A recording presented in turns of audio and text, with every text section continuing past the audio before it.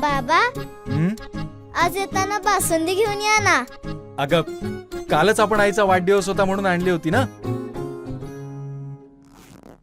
ऐकलं, गोकुळची बासुंदी पुन्हा खावीशी वाटतेय. खरं सांगू, मलाही खावीशी वाटतेय. पुन्हा पुन्हा खावीशी वाटणारी गोकुळ बासुंदी.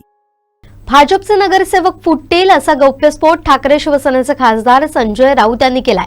याबाबत मंत्री नितेश राणेंना प्रश्न विचारल्यावर ते काय म्हणाले पाहूया. असं आहे ना की संजय राजाराम राऊतकडे आणि त्याच्या नेते मंडळीकडे, त्याच्या मालकाकडे आता काय पर्याय राहिला आहे नाक घासून येण्यापेक्षा?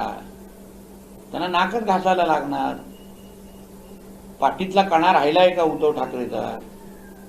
म्हणून ज्या स्वाभिमानाने तुम्ही लढलात, आज तुमची भाषा बघितल्यानंतर तुमच्या पाठीतला कणा हा पूर्ण 100% मोडलेला आहे, हाच आम्हाला दिसतोय. आणि आमची महायुती भक्कम आहे. महायुतीप्रमाणे आम्ही राज्यामध्ये काम करतोय. आणि म्हणून थोडी चर्चा चालू आहे, निश्चित चर्चा चालू आहे. कोणी महापौर, कुठली स्टँडिंग, या सगळ्या वरिष्ठ पातळीवर सगळी चर्चा सुरू आहे. त्याच्यामध्ये उगाच नाक खुपसण्याचं काम. तसंही या संजय राजाराम राऊत आणि त्याच्या मालकाची सवयच आहे दुसऱ्यांच्या बारशामध्ये जाऊन मिठाई खाण्याची. नवीन काय नाही. भाजपचा महापौर नको म्हणून प्रयत्न सुरू आहेत असा आरोप, दावा संजय राऊत यांनी केला. असं तर मला तर दिसत नाही. आणि असं काही शिंदे साहेबांनी स्वतः बोललेलं असं मला दिसत नाही.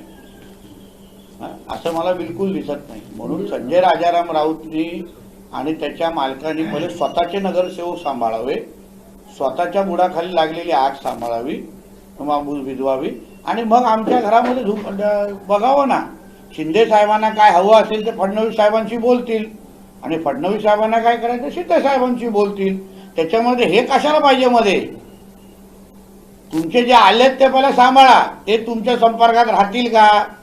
त्यांना उद्धव ठाकरेंबरोबर स्वतःचं भविष्य दिसतंय का? हे येणाऱ्या काळात दिसेल. कुणालाही मुंबईत महापौर बसवणं तसं शक्य नाही. कुणालाही मुंबईत महापौर बसवणं तसं सहज शक्य नाही असं संजय राऊत म्हणत त्यांनी पुढे असं म्हटलंय की मुंबईत कुणाला बसवायचं हे दिल्लीत ठरतंय. असं आहे ना, संजय राजाराम राऊतला सांगेन, भांडूपमध्ये बसून तू थेट दिल्लीची भाषा करू नकोस. महायुती आमची भक्कम आहे. मुंबईचा महापौर हा हिंदूच बसणार, मराठीच बसणार, आणि तो महायुतीचाच बसणार. हे शिक्कामोर्तब आहे.